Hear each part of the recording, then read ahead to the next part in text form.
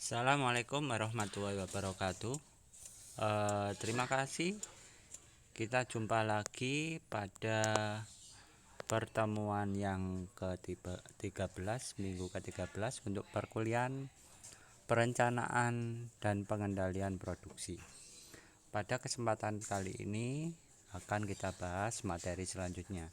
Sebelum kita bahas materi selanjutnya, alangkah baiknya kita berdoa menurut agama dan kepercayaan masing-masing agar apa yang kita dapatkan hari ini bisa memberikan manfaat dan berguna untuk kita semua. Berdoa mulai. Berdoa selesai. Pada kesempatan kali ini akan kita bahas tentang CRP. Apa itu CRP? Silakan Anda perhatikan untuk selanjutnya. CRP berhubungan dengan capacity planning. Capacity Requirement Planning, CRP. The process of determining short-range capacity requirement. Load report, department or work center report that compare known and expected future capacity requirement with project capacity available. Jadi bisa diartikan berapa kebutuhan tenaga kerja, jam tenaga kerjanya berdasarkan kapasitas produksi. Kemudian time phases, series of time interval during which order changes are allowed or restrained, menggunakan variabel waktu. Kemudian capacity requirement planning should be used as a final check on MPS. Jadi cek akhir dari MPS. More accurate than RCCP. Lebih akurat daripada RCCP. Kalau RCCP itu masih perencanaan kasarnya. Sedangkan di CRP di sini sudah istilahnya finalnya. Maybe too expensive for routine what if analysis. Jadi pada CRP di sini analisis yang digunakan adalah what if. Bagaimana jika? Maksudnya gimana? Bagaimana jika ada permintaan tiba-tiba? What if yang lain digunakan dalam merencanakan CRP di sini. Kemudian determine incremental runtime and setup time for each part in each work center. Maksudnya gimana? Waktu proses dan waktu setup mesin pada setiap komponen produk pada setiap lini produksi. Maksudnya gimana? Jadi waktu yang dibutuhkan dalam satu lini produksi memproduksi jenis produk A. Dari lini produksi ada line 1, line 2, line 3. Itu masing-masing line-nya yang diperhatikan. Kemudian apply incremental runtimes and setup time from to plan order release to determine capacity requirement per period for each work center. Jadi dilihat lagi dari MPS plan order release-nya pada masing-masing work center. Berbeda lagi dengan plan order release. Kalau Anda di MPS, berapa plan order release produk A?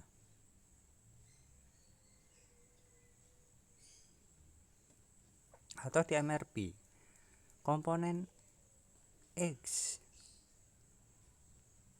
tapi nggak tahu pada line mana, line A, line B, atau line C yang mengalami kendala.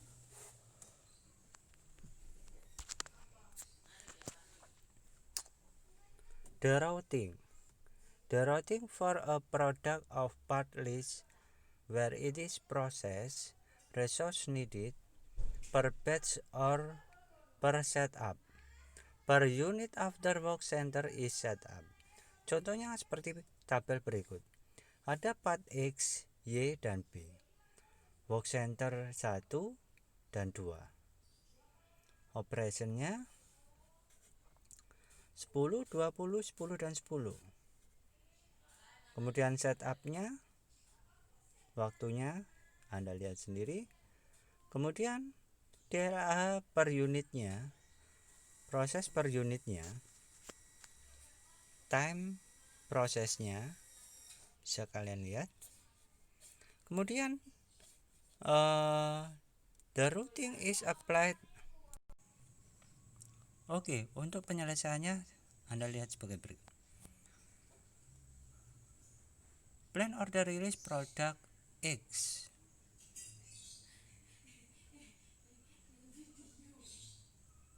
Kemudian produk Y dan part B. Oke, selanjutnya the routing is applied to plan order release to obtain the capacity plan. Oke, tolong Anda perhatikan part X pada work center 1. Di situ operation 10, setup 10, waktu DLH per unitnya 1.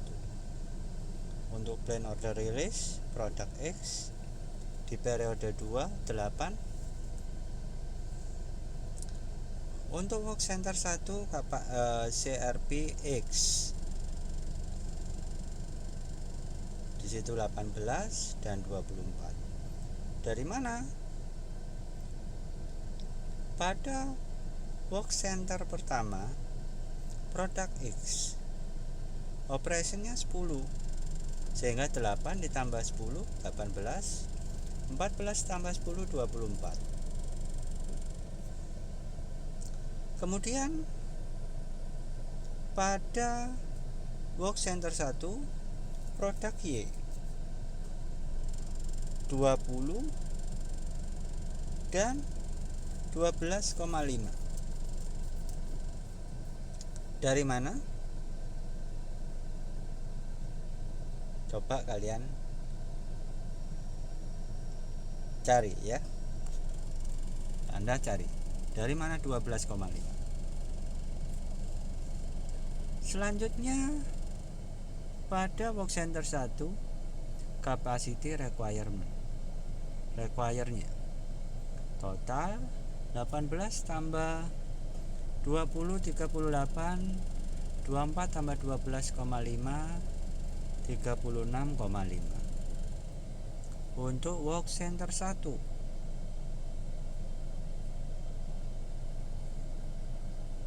Kemudian kita cari pada work center 2 produk X.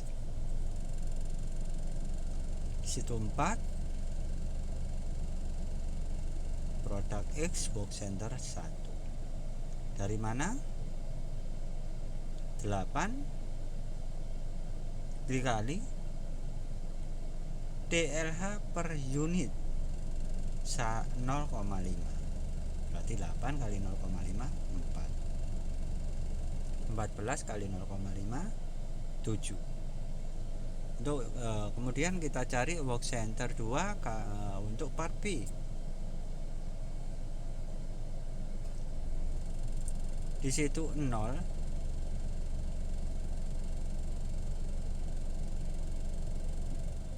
part B 0, di periode ketiga 5, itu 25 dikali 0,2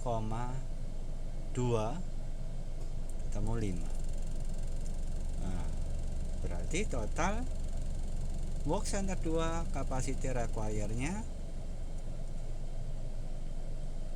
4 di periode 2 dan 5 periode 3 dan 7 di periode keempat.